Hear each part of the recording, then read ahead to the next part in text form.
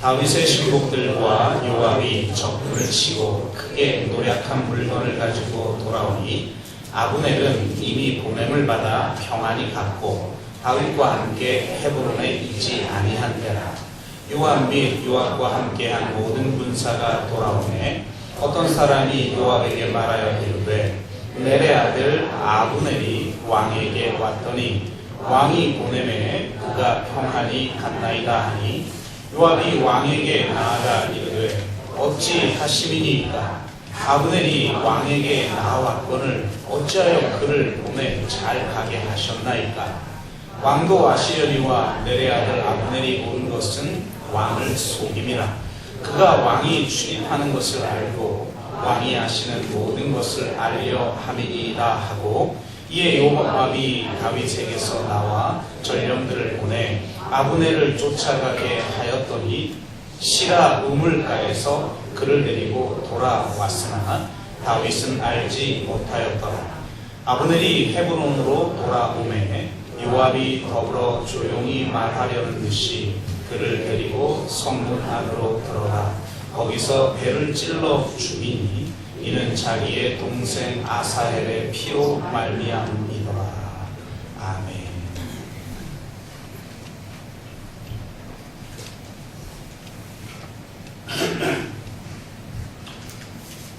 네, 오늘 그 본문 내용을 이해하는 것을 돕기 위해서 지난주 설교와 오늘 본문 사이에 벌어진 일을 좀 잠깐 설명하겠습니다. 사울 왕이 죽은 후 남유다는, 그러니까 유다 지파를 말하는 거죠. 유다 지파가 다윗을 왕으로 세우고 나머지 지파로 구성된 북이스라엘은 군사령관 아브넬이 사울의 아들 이스보셋을 왕으로 세워 두 나라로 분열하게 됩니다. 그리고 이 아브넬을 중심으로 한 북이스라엘과 요압을 중심으로 한 남유다가 내전을 겪게 됩니다. 이 전쟁 중에 유다 지파, 남유다라고 하는 유다 지파의 총사령관인 요압의 아우 아사엘이 아브넬에게 죽임을 당합니다.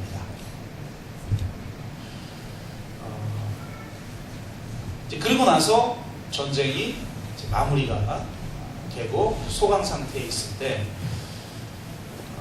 북이스라엘의 왕인 이스보셋이 아브넬이 아버지 사울 왕의 첩과 통관한 일을 나무랍니다.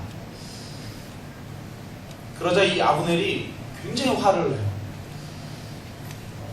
아마 이제 전장에 나가서 사울 왕의 자녀들이 다 죽었는데 이스보셋이 살아있는 걸 보면 굉장히 어렸을 거라고 추측이 되어지죠. 그리고 실제 이 북이스라엘의 실권은 아브넬이 쥐고 있다는 것을 우리는 알 수가 있습니다. 그런데 이 이스보셋이 좀 아마도 너무 이 아브넬이 월권을 하고 심지어는 아버지의 첩과 통관하는 일까지 하니까 그래도 왕권을 좀 세워보려고 했는지는 몰라도 아브넬에게 나무라는 말을 해요. 그러니까 아브넬이 너무 열받은 거예요. 당신이 어찌 나에게 이렇게 할 수가 있느냐. 당신을 지금 다윗의 손에 넘길 수도 있는데 당신을 보호하고 이 북이스라엘을 이렇게 세워나가고 있는데 당신이 나를 마치 개처럼 여겨 이렇게 나무래니 내가 이 나라를 다윗의 손에 넘기겠냐. 이렇게 호통을 치니까 이스보셋이 사시나무 떨듯이 떱니다. 그리고 실제로 아브넬이 다윗에게 전령을 보내 화친을 청하고 남유다와 북이스라엘의 통일을 위한 회담을 요청을 합니다. 이 과정에서 벌어진 일이 우리가 오늘 함께 읽은 내용이죠. 오늘 본문을 보면 아브넬이 직접 찾아와서 다윗과 협정을 맺고 이제 평안히 돌아갑니다. 이제 돌아가면 나머지 절차만 남은 거죠. 아브넬이 이스라엘을 설득시키고 장로들을 설득시켜서 이제 다윗을 왕으로 세우면 실제적으로 남유다와 북이스라엘이 이제 통일을 이루는 과정만 남게 된 겁니다. 그런데 그때 이제 자리를 비웠던 요압이 뒤늦게 도착해서 이 소식을 듣게 되는 거죠. 그래서 불이 나게 다윗에게 달려가서 아니 어떻게 아브넬을 그냥 보낼 수 있습니까? 아브넬이 여기에 온 것은 지금 정세를 살피려고 한 것이지 진짜 화해를 청한 게 아닙니다. 당신이 속은 이렇게 이야기를 하고 바로 돌아갑니다. 다윗의 얘기를 듣지도 않죠. 그래서 돌아가고 있는 아브넬에게 전령을 보내서 다시 돌아오게 합니다. 그래서 아직 못다한 이야기가 있나 보다 하고 안심하고 아브넬은 돌아왔겠죠. 평화협정이 워낙 잘 이루어졌었으니까. 그런데 헤브론으로 들어온 이 아브넬을 요압이 칼로 찔러 죽여버립니다. 지금 이런 내용이에요. 근데 여러분 이 지금 요압은 앞서 말씀드린 것처럼 동생이 아브넬에게 죽은 거예요. 그러니까 마치 아브넬은 원수와 같은 자였던 거죠. 그래서 개인적 보복을 해버린 겁니다. 물론 다른 의미도 이제 있다라는 것을 뒤에서 말씀을 드리겠지만, 그래서 결국은 개인적 보복을 해버리는 바람에 이제 눈앞에 있는 이 통일이 물 건너 가버린 거예요. 하나님의 나라를 이 땅에 이루고 온 세상을 구원하려고 하는 하나님의 선교적 목적을 실행하도록 부름받은 하나님의 백성인 이스라엘 민족이 하나가 되지 않고 둘로 나눠져 있는 거예요. 아니 여러분 생각해 보세요. 우리 교회가 선교적 사명을 감당해야 되는데 담임 목사파와 반대파가 나눠져가지고 쫙 갈라졌어요. 이 근방에 소문이 다 났어요. 근데 여러분 예수 믿으세요. 너나 잘하세요 그러죠. 안 되는 거예요. 이거 답이 없는 거예요. 그런 이스라엘 백성을 다시 하나 되게 하는 굉장히 중요한 전차를 진행하고 있는데 요압이 아브넬을 죽여버렸어요. 여러분 아브넬은 어쩌면 거의 왕의 자격으로 온 거예요. 지금 왕과 왕이 회담한 거나 다름없는 거예요. 물론 직접 왕이 오지 않았기 때문에 우리식으로 말하면 북에서 지금 고위급 장성이 온 것이지만 그래도 거의 실권을 가지고 있는 왕과 같은 존재가 와서 다윗 왕과 직접적으로 협상을 했단 말이에요. 그런데 바로 그 사실을 죽여버렸어요. 그럼 이 통일이 가능합니까? 답이 없는 거죠. 그러면 북이스라엘은 다윗을 어떻게 생각하겠어요? 야, 저 통일하는 척 하면서 불러다가 실제 실권자를 죽였구나. 아, 이제 남는 건 흡수 통일이구나. 우리를 먹어치우겠네. 이 생각밖에 할 수 없는 거죠. 그러니까 이게 지금 요압이 개인적 원한으로 한 행동이 얼마나 큰 파급 효과를 내는 행동인지를 우리는 보게 되는 것입니다. 그래서 우리는 오늘 이 사건을 통해서 우리나라 현실에 적용해 보자면 남과 북이 분단되어져 있는 우리에게 통일의 과정에서 발생하는 걸림돌이 무엇인지를 아주 잘 보여주고 있고 그것을 극복하기 위해서는 어떻게 해야 하는지를 잘 보여주는 말씀이라고 생각을 합니다. 또한 이게 남과 북의 통일의 문제만이 아니라 모든 대립되고 갈라지고 분열되어져 있는 것들을 어떻게 하나 되게 해야 하는 것인가에 대한 메시지를 우리에게 전해주고 있는 것이죠. 그래서 어떤 하나됨이 되어야 하느냐를 보여주고 있는 이 성경 말씀을 통해서 분열되었거나 분단된 것을 하나 되게 하는 일에 힘쓰는 또 저와 여러분 되기를 주의 이름으로 축복합니다. 그래서 오늘은 이 통일의 문제에 대한 이야기를 좀 하면서 실제 우리의 개인의 삶 속에서 어떻게 적용할 것인지에 대한 말씀까지 함께 나누기를 원합니다. 과거에는 통일의 문제를 이념적인 관점에서 접근을 했어요. 그래서 보수적인 분들은 북한을 주적으로 설정을 하고 매우 대립적인 관점에서 통일의 문제를 접근을 했습니다.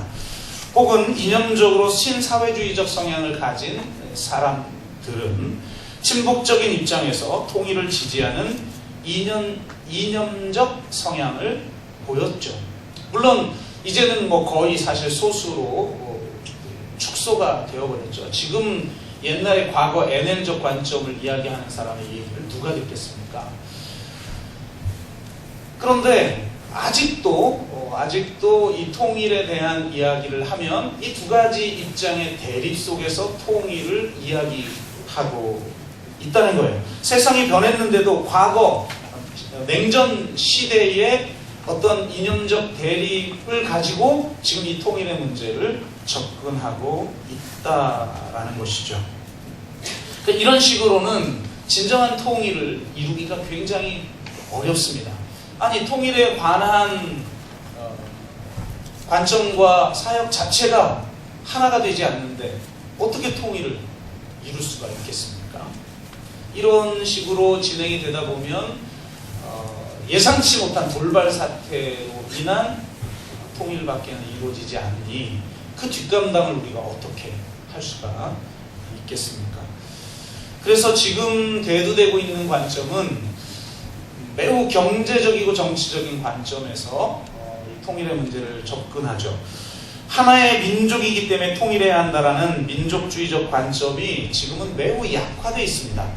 지금 30, 40대 혹은 뭐 20, 30대 혹은 청소년들에게 우리 민족이 하나의 민족이니까 통일이 돼야 된다라고 말을 하면 정말 과연 수긍을 할 것인가? 실제로 설문조사를 해보면 민족이기 때문에 우리가 하나의 민족이기 때문에 통일이 돼야 된다라고 하는 생각을 젊은 세대는 거의 갖지 않고 있다는 걸 알 수가 있고, 심지어는 이제는 세월이 너무 많이 흘러버려서 우리 작년 세대들도 그런 관점이 약화되었다는 거예요. 그래서 지금은 통일의 문제를 접근할 때 통일 비용과 통일 편익을 비교하는 경제적인 관점이 득세를 합니다. 그리고 이것은 매우 사람들에게 설득력을 갖게 해요. 왜냐하면 아주 실제적인 거거든요. 하나의 민족, 지금 뭐 몸으로 느끼지도 않는데 하나의 민족이니까 통일해야 된다라고 하는 당위가 얼마나 설득력을 갖겠습니까? 그러니 실제적으로 우리가 이 분단 체제 때문에 지불하고 있는 비용이 뭔지, 그리고 만약 통일이 되었을 때 우리에게 주어질 편익이 무엇인지를 제시하면 사람들이 경제적 동기로 결국은 통일을 선택하게 된다는 거예요. 그러니까 이런 논리는 굉장히 지금 많은 영역에서 사람들에게 설득력 있게 다가오고 있습니다. 예를 들면 이런 건데요. 남녀차별 문제, 남녀차별은 없어야 돼. 이런 당위적인 것이 아닌 경제적이고 정치적인 어떤 관점들을 제시할 때 사람들에게 설득력이 있다는 거죠. 이런 겁니다. 말하는 대로라고 하는 프로그램이 있나 봐요. 그 패친 중에 한 분이 공유해줘서 저도 한번 보게 되었는데요. 아마 뭐 연예인이나 혹은 사회 저명 인사들이 길거리에서 특강을 그냥 하는 겁니다. 그러면 지나가는 사람들이 모여서 뭐 청중이 되고 자연스럽게 거기에서 짧게 강의를 하는 이런 프로그램인데요. 짧은 시간 동안 아주 핵심적인 메시지를 사람들한테 전하니까 테드 강의보다 더 밀도 있는 강의들이 나오는 거죠. 테드는 보통 15분이나 20분 사이에서 자기 메시지를 전하는데 이건 더 짧게 해야 되니까 쉽지 않은데요. 제가 공유해서 보게 된 영상은 손아람 작가가 남녀 차별에 대해서 사람들을 설득하는, 왜 차별이 없어야 하는지에 대해 설득하는 길거리 특강이었는데요. 재밌게도 연애 문제로 이 문제를 접근을 해요. 제가 손아람 작가가 돼서 여러분에게 한번 강의를 해보도록 제가 하겠습니다. 여러분, 연애하기 참 쉽지 않죠? 이게 진짜 여기 교인들 데리고 이렇게 질문하는 거는 쉽지 않은데, 거기는 대부분 길거리 특강하는 사람들이 또 젊은 커플들이 많이 오니까 그렇게 질문한 거예요. 여러분, 연애하기 쉽지 않죠? 그러면서 뭐라고 말하냐면, 남자들이 길거리에서 여자의 연락처를 따려고 합니다. 그런데 대부분 실패합니다. 왜 실패할까요? 여러분, 헌팅 해보셨어요? 너무 마음에 들어가지고 쫓아가서 전화번호 하나 따려고 할 때 대부분 실패하죠. 왜 실패할까요? 이 이 플로리다 대학에서 이루어진 실험이 있어요. 아주 매력적인 여성이 지나가는 남성들을 헌팅합니다. 저기 혹시 지금 우리 집에 함께 갈 수 있을까요? 여러분, 매력적인 여성이 여러분에게 이렇게 접근을 했어요. 집사님들, 이렇게 접근했어요? 따라가실 건가요? 안 따라가실 건가요? 아, 여기 안 따라갈 거라고 대답은 하죠. 그럼 실제 따라갔을까요? 안 따라갔을까요? 여기서야 그렇게 대답하지, 당연히. 그러니까 뭐라고 그러냐면, 나이 든 사람이든 젊은 사람이든, 결혼을 했든 안 했든, 매력적인 여성이 저희 집에 함께 갈까요? 하면 69%가 따라갑니다. 그러니까 그 69%에 여기 있는 사람 상당수가 속해 있을 가능성이 있는 거죠. 그러면 반대로 매력적인 남성이 하지 말까요 이거? 저도 조심스럽긴 해요. 매력적인 남성이 여자에게 혹시 저희 집에 함께 가실래요? 라고 하면 여자는 몇 프로가 따라갈까? 찍어보세요. 10%? 우리 집사님은 가실 건가 보구나. 놀랍게도 단 한 명도 따라가지 않았습니다. 역시 여자들이죠? 네. 근데 우리는 이런 결과를 놓고 이렇게 생각하기 쉬워요. 이게 남자의 특성과 여자의 특성이 다르다. 이렇게 하면 이 본래 가지고 있는 어떤 본질적인 특성 때문에 다르기 때문에 해결이 불가능한 거죠. 이 문제가. 근데 실제 이 결과의 보고에 의하면 이유가 있다는 거예요. 여자들이 따라가지 않은 이유. 그 이유가 뭐냐면 여자들은 남자를 판단할 때 남자의 사회적 정보를 통해 남자를 판단한다는 거예요. 남자들은 단순하죠. 예쁘냐? 이거 한마디밖에 안 묻잖아요. 근데 여자는 남자의 사회적 정보를 통해서 남자를 본다는 거예요. 그 사람이 어떤 사람인지, 어떤 직업을 가졌는지, 성격이 어떤지 하는 남자의 사회적 정보를 중요하게 여기기 때문에 쉽게 마음을 열지 않는다는 거예요. 그래서 아무리 매력적인 남자가 와서 전화번호를 따려고 해도 단 한 명도 응하지 않았다는 겁니다. 이런 거예요. 많은 여자들이 자신이 사회적 핸디캡을 가지고 있다고 느끼기 때문에 여성들 안에는 불안과 공포가 있다는 거예요. 그러니까 이 사회적 핸디캡이라는 건 무슨 말이냐면 지금 차별받고 있다는 거죠.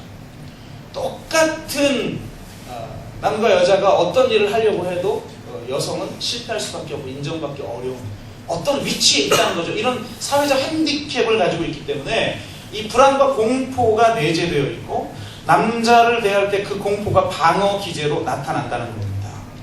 그러니까 참 놀랍게도 이 실험의 결과는 사회적 차별 때문에 여성들이 그렇게 반응한다는 겁니다. 차별이라는 것은 두 집단 사이의 균형이 무너진 거죠. 뭐 멀리 갈 필요도 없어요. 우리 교단도 그렇잖아요. 똑같이 신학대학을 나와도, 대학원을 나와도 남자들은 안수를 받고 목사가 되지만 여자들은 못 받죠. 뼈 빠지게 여성들이 봉사해도 우리 여성들은 장로가 될 수 없습니다. 시원찮게 신앙생활 하다가 장로 안수 받으면 교회 실권은 남자들이 다 가지고 있죠. 이렇게 얘기해도 되나요? 차별이죠. 근데 문제는 남녀간, 이분이 이제 이렇게 설득력 있게 접근하는 거예요. 남녀간의 차별이 남자에게 유리하게만 작용되지 않는다는 거예요. 왜냐하면 남자들로 그 차별로 인한 그 차별 구조를 유지하기 위한 비용을 치러야 하기 때문이라는 거예요. 여자가 핸디캡을 의식해서 연애를 조심하기 시작하면 남자도 연애가 어렵다는 거예요. 남자는 69% 따라가는데 여자는 단 한 명도 안 따라가니 연애가 쉽겠냔 말이에요. 그러니까 연애가 어려운 이 대가를 지불할 수밖에 없다는 거예요. 그래서 결국 여자가 핸디캡을 의식하면, 그러니까 한마디로 여자 자체가 연애하기 어려운 거죠. 남자들은 쉽게 따라가는데 여자들은 안 따라가니까 그러면 남자들도 어려워진다는 거예요. 여자에게 조신함을 요구하면 남자도 연애하기 어려워지고 여자에게 연약함을 요구하면 남자가 육체적 위험을 모두 도맡게 됩니다. 여자에게 경제적 불이익을 주면 가정에서 남자의 경제적 책임이 증가한다는 거예요. 우리 사회에서도 남자들이 데이트를 위해 밥값을 마련하고 결혼을 위해 집을 마련하죠. 여자는 연약하니까 전쟁도 남자끼리 합니다. 이건 이 사람 말이에요. 이 모든 것이 사회적 차별 구조를 유지하기 위해 남자가 치러온 비용이라는 거예요. 그래서 연애가 어려워지고 있다는 거예요. 그럼 연애가 쉬워지려면 어떻게 해야 되느냐? 바로 여성들이 불이익을 당하지 않는 사회를 만들어야 된다는 거예요. 여자의 핸디캡을 제거해 줘야 된다는 거죠. 그래야 연애가 쉬워집니다. 설득이 좀 되나요? 네. 저는 설득이 좀 됐어요. 그러니까 무슨 말이냐?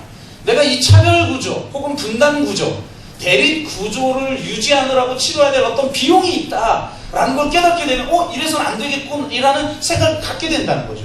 그리고 실제로 그 차별 구조나 혹은 대립 구조나 분단 구조가 사라졌을 때 우리에게 주어진 편익들이 무엇인지를 우리가 알아차릴 때 지금 이 대립 구조, 이 차별 구조를 그만두려고 하게 된다는 거예요. 그래서 통일을 접근할 때도 우리가 한 민족이니까 통일돼야 된다. 이제는 그 마음 안 먹힌다는 거예요. 혹은 과거의 우파나 과거의 좌파처럼 이념적인 어떤 의미에서 통일을 이야기한다고 해서 그게 지금 사람들에게 설득력이 없다는 거죠. 그래서 이제는 우리가 분단 체제를 통해서 지불하는 많은 비용들이 있다. 예를 들면 우리 자녀들 다 군대 가잖아요. 갈 때마다 눈물 흘리고 막 또 혹시 또 사고나 당하지 않을까, 또 구타당해서 뭐 이렇게 자살하지 않을까, 또 자살된다고 해서 군대가 수사도 헌병이 하니까 뭐 제대로 수사하는 것도 아니고 힘들잖아요. 또 지금 국방비 지불하는 것만 조금만 낮춰도 우리 자녀들 대학 무상으로 갈 수 있는데 지금 우리 자녀들 대부분 빚내서 가야 되잖아요. 저희 자녀도 대학 가면 결국 빚내서 등록금 내야 돼요. 돈이 어디 있어요? 그럼 애들은 대학 마치는 순간부터 빚쟁이가 돼서 이 사회에 나오는 거예요. 그런데 만약 국방비를 조금만 낮추면 그 비용으로 우리 자녀들 대학 다 무상으로 보낼 수 있는데, 근데 당신들은 그러지 못하고 지금 다 빚쟁이가 되고 있어요. 실감이 확 느껴지잖아요. 별로 설득력이 없습니까? 완악한. 그러니까 이게 이제는 우리가 지불하고 있는 비용들이 있다. 그러면 만약 이것이 사라졌을 때 우리들에게 주어진 편익이 있다. 그러면서 북한에 우리가 이제 통일되면 어떤 경제가 살 건지, 북한에 어마어마한 광산들, 광물들이 있다. 그리고 이 외교 비용이 사라지고 이 우리나라에 주어질 유익이 어마어마하다. 이러면서 사람들에게 통일의 당위성을 이야기한다는 거죠, 지금. 그런데 문제는 뭐냐? 이 경제적이고 계산적인 관점에서 접근할 때 모순이 발생한다는 거예요. 뭐냐? 분단 체제를 유지하느라고 비용을 지불하고 있지만 문제는 그 분단 체제를 극복하고 통일을 만들기 위해서도 비용을 지불해야 된다.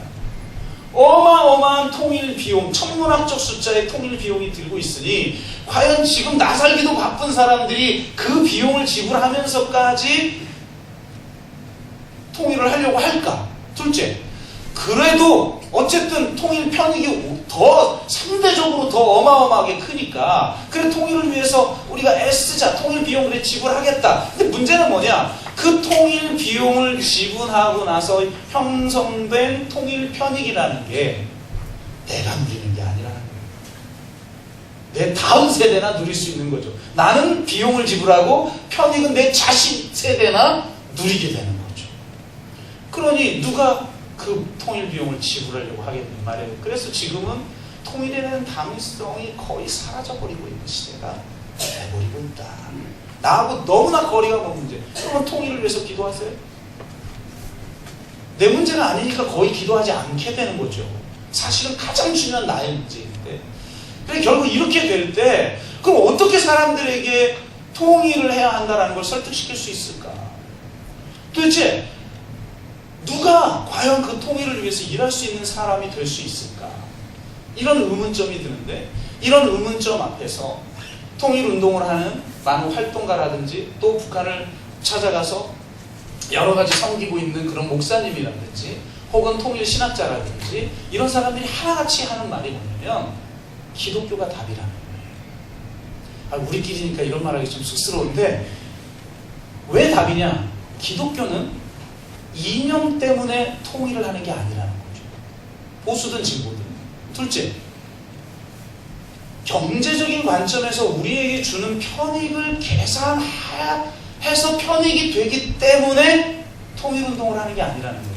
기독교인들을 움직이게 만드는 힘은 이런 이념이나 이런 어떤 계산적인 관점이 아니라는 거예요. 기독교인들을 움직이게 만드는 근원적인 힘은 어디 있느냐? 십자가의 은혜라는 거예요. 예수 그리스도께서 이 땅의 모든 대립, 유대인들과 헬라인들, 남자와 여자, 종과 자유자의 그 모든 대립들을 가로막고 있는 막힌 담을 십자가로 헐어버리고 둘을 하나가 되어 새 사람 되게 하셨다는 거예요. 바로 그 십자가의 은혜, 그 십자가의 능력을 경험했기 때문에 우리는 내 원수까지도 사랑하는 거예요. 내가 원수까지 사랑하면 나에게 주어질 편익이 있다? 속썩이는 남편 내가 그냥 섬기고 내가 하나가 되어야 나에게 편익이 있다? 이런 계산 아니잖아요. 솔직히 편익보다 비용이 훨씬 세죠. 참고 사는 게 더 힘들잖아요. 근데 실컷 참고 살아서 뭐 좋은 가정 이루어도 나에게 주어질 편익이다. 특히 여성들에게 별로 없어요. 거의 희생하는 위치니까. 그래서 우리가 사랑하나요? 아니죠. 예수 그리스도의 십자가의 사랑이 나를 강권하기 때문에 하는 거잖아요. 전도, 나에게 주어진 편익 때문에 전도하나요? 아니죠. 예수 그리스도의 사랑이 나를 강권하고 하나님 나라의 그 선교적 사명으로 나를 부르신 하나님의 소명이 나를 강권하니까 하는 거죠. 이념이나 경제적인 어떤 편익 때문에 움직이는 사람들이 아니라 십자가의 은혜와 하나님 나라의 소명과 하나님의 뜻 때문에 움직이는 초월적 토대가 있는 사람들이 바로 기독교인이라는 거예요. 그러니까 기독교인들은 이 세상 사람들이 다 통일에 대해서 관심을 갖지 않을 때도 통일에 대해서 관심을 가질 수 있는 유일한 집단이다. 아멘. 이렇게 이야기를 하니 여러분, 통일을 위해서 힘써야죠. 그러면 어떤 통일이 되어야 하는가를 오늘 본문이 보여주는데, 제가 일부 예배에 설교를 해보니까 이 정의라는 관점과 평화라는 두 가지의 관점이 통일을 가능하게 한다라는 메시지를 전해드려야 되는데요. 두 가지 다 하니까 시간이 너무 많이 가서 오늘은 평화에 대한 이야기만 좀 하도록 하겠습니다. 2부 예배 때는 평화에 대한 이야기만 좀 하겠습니다. 어떤 평화가 되어야 하는가? 정의가 있는 평화가 되어야 합니다. 하나님 나라의 그 공평과 정의라는 가치가 없이 그냥 한 민족이니까 통일한다? 되지도 않고, 그렇게 됐을 때 발생할 문제를 해결할 능력이 없다는 겁니다. 또 두 번째, 평화적인 통일이 되어야 하는 거죠. 그것을 명확하게 보여주는데요. 지금 이 평화적인 통일을 가로막는 사람이 바로 요압이에요. 요압에게는 원한이 있어요. 분노가 있어요. 보복하고 싶은 마음이 있어요. 지금 아브넬과 철저하게 대립돼 있어요. 통일이 중요한 게 아니에요. 민족의 하나님이 중요한 게 아니에요. 하나님 나라 백성이 하나 되는 것 중요한 게 아니에요. 지금 내가 기분 나쁜 것, 내가 지금 보복하고 싶은 것, 그 비움과 그 분노에 사로잡히는 것, 이게 중요한 거예요. 더군다나 통일이 되면 여러분, 누가 통일 왕국의 총사령관이 되겠어요? 자, 저쪽에 실제적인 통치자 아브넬이 있고 이쪽에 다윗 왕이 있는데, 통일이 되면 통일 왕국의 왕은 다윗이에요. 그럼 자, 통일 왕국의 총사령관은 누가 되죠? 요압? 아브넬이 되죠, 당연히. 그리고 실제로 아브넬을 총사령관으로 세우겠다고 평화협정을 맺어요, 다윗이. 그러니까 요압은 본능적으로 아는 거예요. 요압은 자기가 통일왕국이 됐을 때 철저하게 배제될 것을 알았어요. 자기 동생을 죽인 아브넬의 부하의 위치에 서야 된다는 걸 알고 있었던 것이죠. 최고의 권력자가 되는 것을 오직 그거 하나만을 꿈꿔왔고 최고의 자리를 차지하고 있던 요압. 그래서 심지어는 왕인 다윗조차도 자기 하고 싶은 말만 하고 그 다윗 왕의 말을 듣지도 않고 그냥 나와서 자기 혼자 일을 저질러 버릴 수 있는 사람. 그래서 다윗조차 한탄하며 내가 수르야의 아들들을 어찌 통제할 수도 없는 왕이 되었다고 한탄하는 게 만드는 그런 사람이 요압이죠. 아뢰미도 없어요. 오직 최고의 권력을 차지하기 위해서 살아온 자가 이제 그 권력이 깨어지게 생겼을 때 결국 개인적인 그 보복하고 싶은 그 동기를 앞세워 죽여버립니다. 그래서 영원히 통일을 불가능하게 만들어버리죠. 그는 개인적인 원한을 개인적으로 갚았다라고 하는 개인적인 죄를 범한 게 아니에요. 하나님 나라 사명을 위해서 남유다와 북이스라엘이 하나가 되고 통일이 되어서 어떻게 하나님 나라의 선교적 사명을 감당해야 하는지에 대한 하나님의 뜻을 묻지 않고 그 뜻을 전혀 이해할 수 없었던 역사의식과 사회의식의 부재가 바로 요압의 더 큰 죄다. 그리고 그 분단을 영속화시키기 위한 개인적인 보복행위를 통해서 그는 통일을 가로막아버립니다. 아직 원수도 갚지 않았는데, 상대로 하여금 죄의 대가를 지불토록 하지도 않았는데, 아직 내 것을 되찾았지도 않았는데, 상대가 속임수를 쓰고 있는지도 모르는데 어떻게 통일을 하냐고 요압은 다윗에게 따지는 거예요. 이렇게 요압처럼 상대를 적으로만 보고 절대 악으로만 보는 한 결코 통일은 이루어질 수가 없고 화해의 공동체도 이룰 수 없고 깨어진 관계를 회복할 수도 없는 거예요.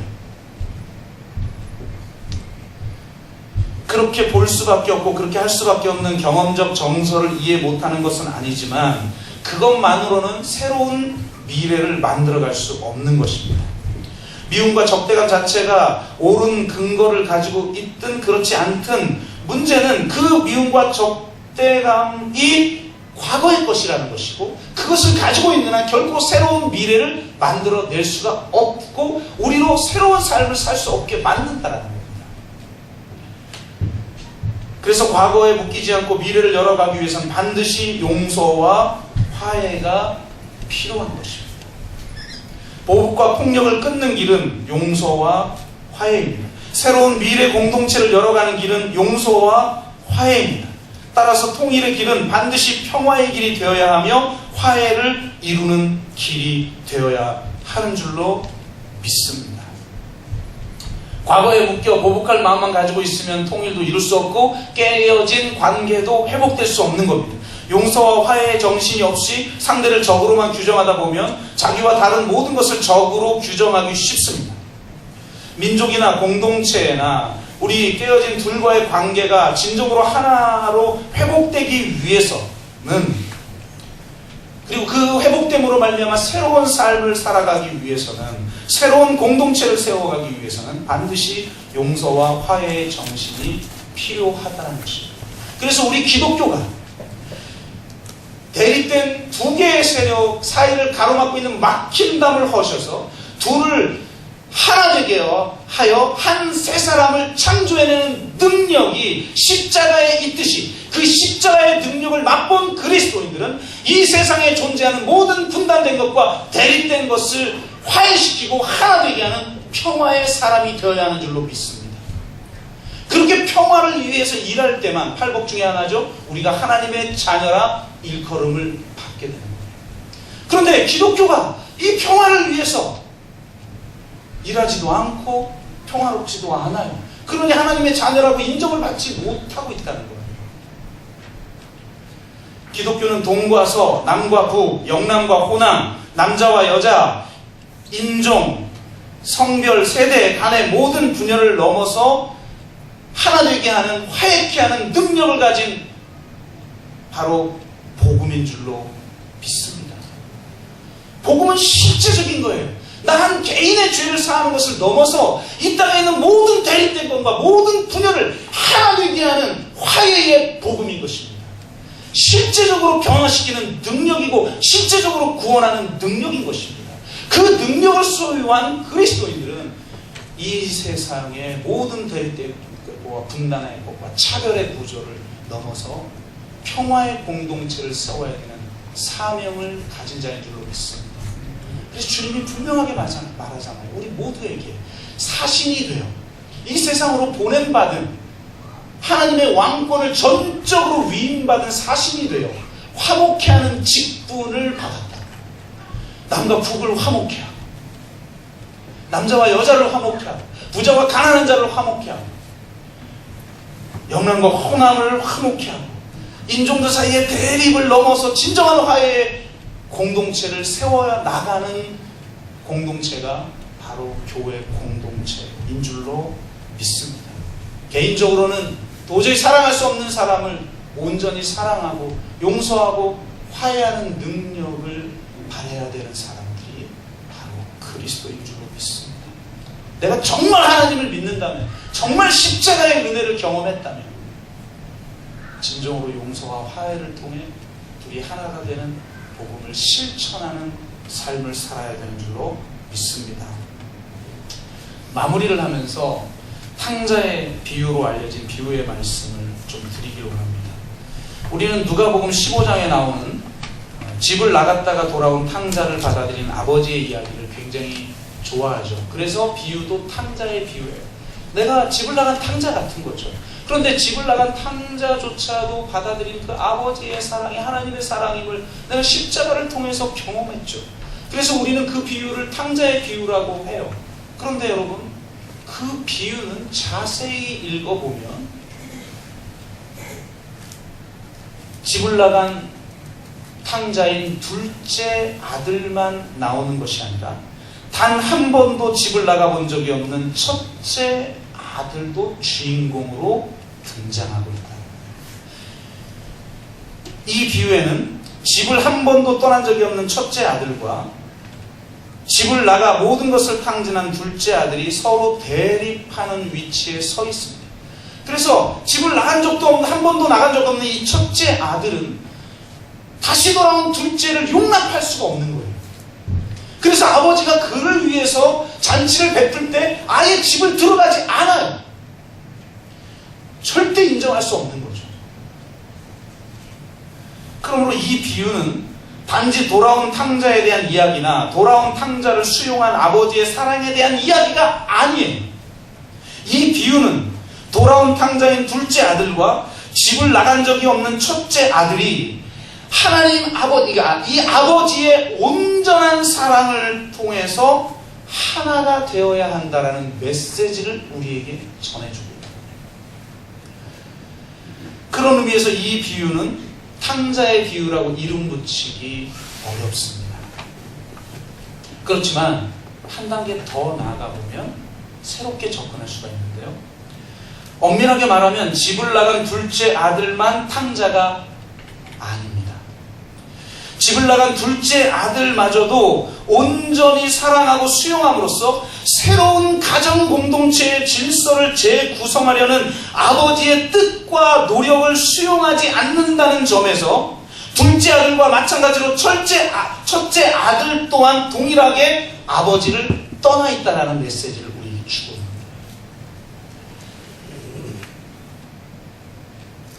첫째 아들과 둘째 아들은 모두 아버지를 떠나 있고 하나님 아버지로부터 소외되는 서로 다른 두 가지 방식을 우리에게 보여주고 있는 겁니다. 그러니까 이 비유는 지금 두 명의 탕자를 우리에게 보여주고 있는 겁니다. 둘째 아들은 물리적으로 그리고 도덕적으로 아버지를 떠났어요.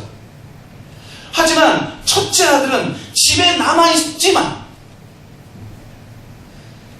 온전한 사랑으로 첫째 아들마저도 수용하는 새로운 가족 공동체를 세우려고 하는 아버지의 뜻과 그 노력을 거부함으로써 아버지를 떠나 있다는 거예요.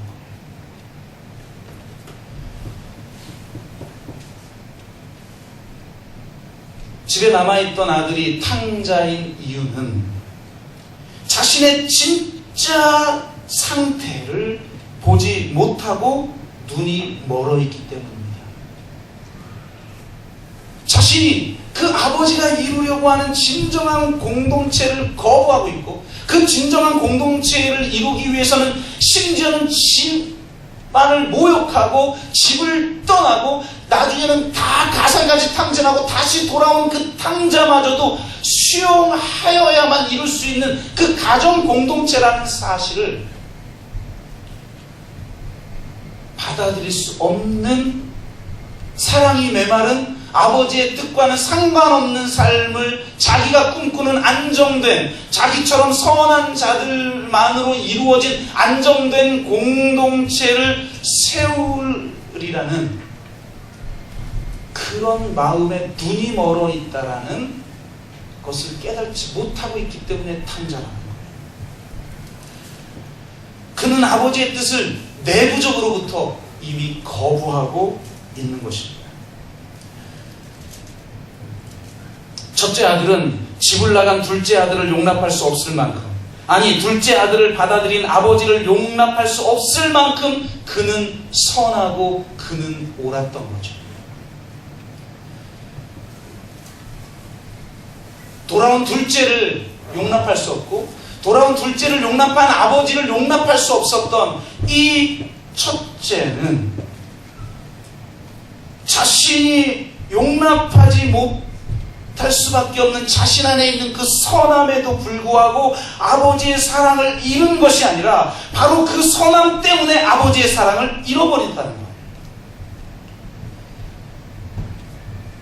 그런 의미에서 그는 철저히 이미 탕자인 것입니다. 그렇다면 이 비유, 예수님의 비유는 탕자의 비유가 맞죠. 집을 떠나간 탕자만이 아니라 집안에 있는 탕자의 이야기도 포함한다면 말입니다. 우리는 집을 나간 탕자가 집안으로 돌아와 다시 자녀의 권세를, 그 위치를 회복한 놀라운 이야기에 감동합니다. 그래서 탕자의 비유를 좋아하죠. 그렇지만 우리가 진짜 지금 이 시대에, 그리고 우리가 진짜 들어야 될 이 비유의 핵심 메시지는 내가 첫째 집을 나간 탕자처럼 집을 나갔다가 돌아왔는데 하나님이 나를 받아들였다라는 것이 아니라 지금 내가 둘째 아들처럼, 둘째 아들을 용납하지 못하는 첫째 아들처럼 살아가고 있다는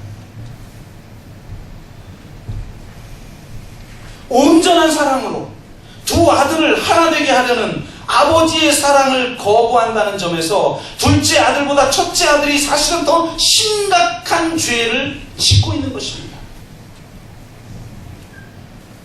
그 첫째 아들의 세계는 자신의 선함을 통해서 만들어낼 수 있는 고정된 규칙과 안정적인 정체성의 세계였던 거예요. 그런데 하나님의 이 무한한 사랑은 바로 그 질서, 그 안정적인 규칙과 규범, 그 세계, 그 자체를 흔들어 버리는 거예요. 그러니까 유대인들이, 이 바리새인들이 예수님을 죽일 수밖에 없는 거예요. 그들이 꿈꾸는 세계를 근원적으로 흔들어 버리는 거죠. 그들의 세계를 가능하게 하는 율법의 세계를 근원적으로 흔들어버려요. 그 율법의 세계에 의하면 죄인이라고 하는 그 자까지 급진적으로 사랑해버려요. 장녀도 사랑하고 세리도 사랑해버려요. 사마리아인도 사랑해버려요. 이 세상의 모든 대립, 분열, 차별의 구조를 넘어서서 급진적으로 사랑하는 이 아버지의 사랑은 바로 이 첫째가 꿈꾸는 질서를 근본적으로 흔들어 놔버리는 거예요. 그래서 받아들일 수 없는 거예요. 그래서 그 소식을 듣고 아예 집에 들어가지도 않아요.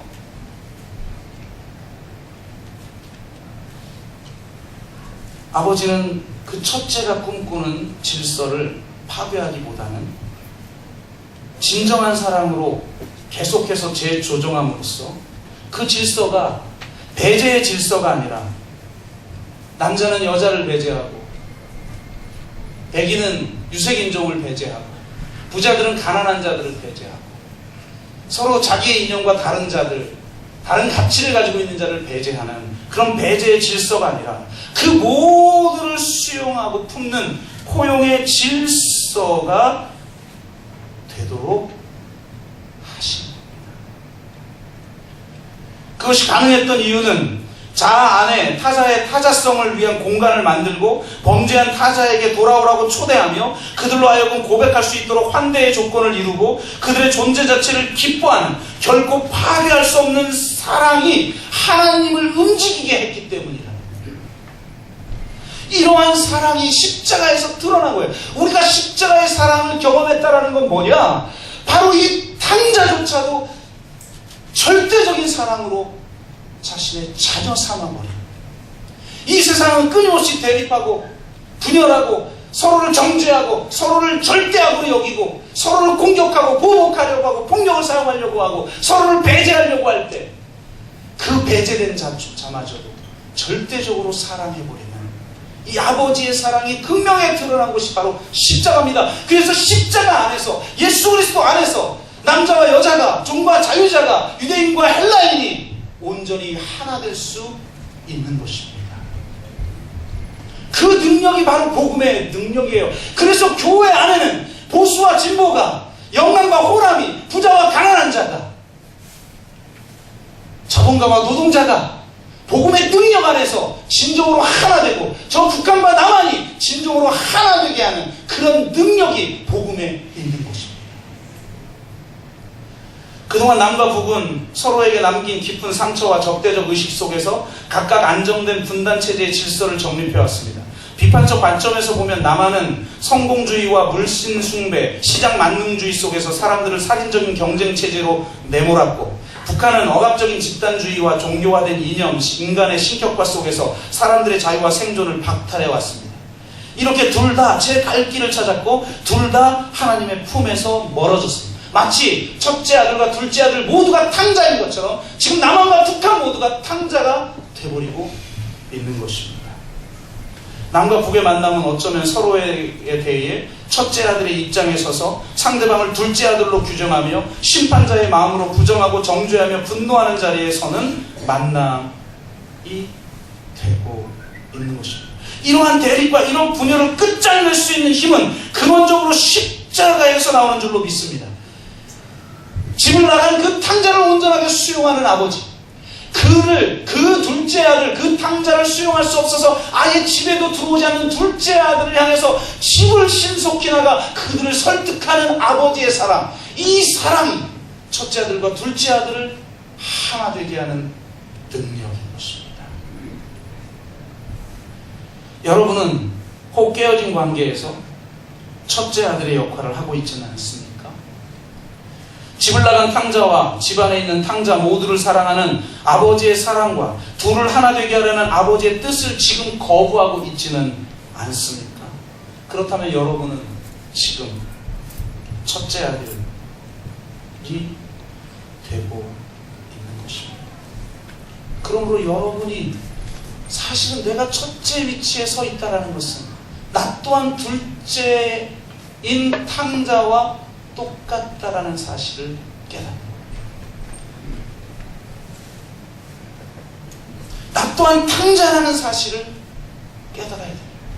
이 십자가의 능력을 거부하고 이 하나님의 완전한 사랑을 거부하고 이 하나님의 뜻을 거부하고 하나님으로 떠나 있는 첫째 아들이 되어서는 안 됩니다. 상대가 잘못했어요. 자기 동생을 죽인, 자기 아사엘을 죽인 아브넬을 반드시 보복하고야 말았던 요압이 통일 왕국을 근본적으로 불가능하게 만드는 죄를 범했던 것처럼 하나님의 나라가 이 땅에 이루어지고 진정한 사랑의 공동체, 진정한 화해의 공동체, 진정한 평화의 공동체, 진정한 공의의 공동체를 이루시려고 아들까지 이 땅에 보내신 하나님의 뜻을 저버리고 그 뜻에서 떠난 탕자가 우리는 돼버리고 있지 않는가. 그것을 돌아보고 깨어진 관계를 온전히 회복하는 자가 되길 바랍니다. 그것이 십자가의 능력이고 그것이 구원받은 자 가운데 역사하는 하나님의 은혜인 것입니다. 주님의 은혜 아니면 내가 살 수 없다고 고백하면서도 은혜가 필요 없는 삶을 살아가고 있지는 않습니까? 둘째 아들에게, 이 첫째 아들에게는 은혜가 필요 없어요. 그 사랑이야말로 진짜 은혜가 필요한 거죠. 이 메시지는 집을 나갔다가 돌아온 탕자가 핵심이 아니라 지금 그런 자들을 정죄하고 있는 바리새인들을 향해 지금 메시지를 주고 있는 거거든요. 그래서 정말 우리가 둘째 아들입니다. 아니 첫째 아들입니다. 집을 한 번도 나간 적이 없는 그런 의로운 자이구나. 나의 이 선함이야말로 하나님으로부터 떠나게 만드는 죄이구나. 이 죄를 십자가에서 도말하신 십자가의 능력과 무한한 하나님의 은혜를 경험한 우리가 이 세상의 모든 대립과 차별과 분단된 것들을 넘어 하나 되게 하는 사명을 온전히 감당해야 될 줄로 믿습니다. 그런 저와 여러분 되시기를 주의 이름으로 축복합니다. 기도합니다. 제가 오늘 마무리 기도를 합니다. 하나님 감사합니다. 기독교인이라면 통일을 위해서 헌신할 수밖에 없고, 기독교인이라면 깨어진 관계를 회복할 수 하도록 자신을 십자가에 내어주는 삶을 살아갈 수밖에 없거늘 우리는 어느덧 첫째 아들이 되어 수많은 둘째 아들을 정죄하고 심판하고 분노하고 보복하는 자리에 서 있습니다. 그래서 세상 사람들은 기독교인들마저도 하나님의 자녀가 될 수 없는 사람들로 여기고 있는 시대에 살고 있으니 주님, 이제 진정으로 용서하고 화해하고 평화와 정의가 이루어지는 통일과 평화와 정의가 온전하게 이루어지는 진정한 공동체의 회복과 깨어진 관계의 회복이 일어나게 하여 주옵소서. 그것을 위해서 나에게 먼저 은혜를 경험하게 하셨고 하나님의 도대체 감당할 수 없는 그 사랑을 경험케 하셨사오니 그 사랑이 하나님의 사명으로 우리를 강권하는 역사가 일어나게 하여 주옵소서. 감사드리며 예수 그리스도 이름으로 기도드립니다.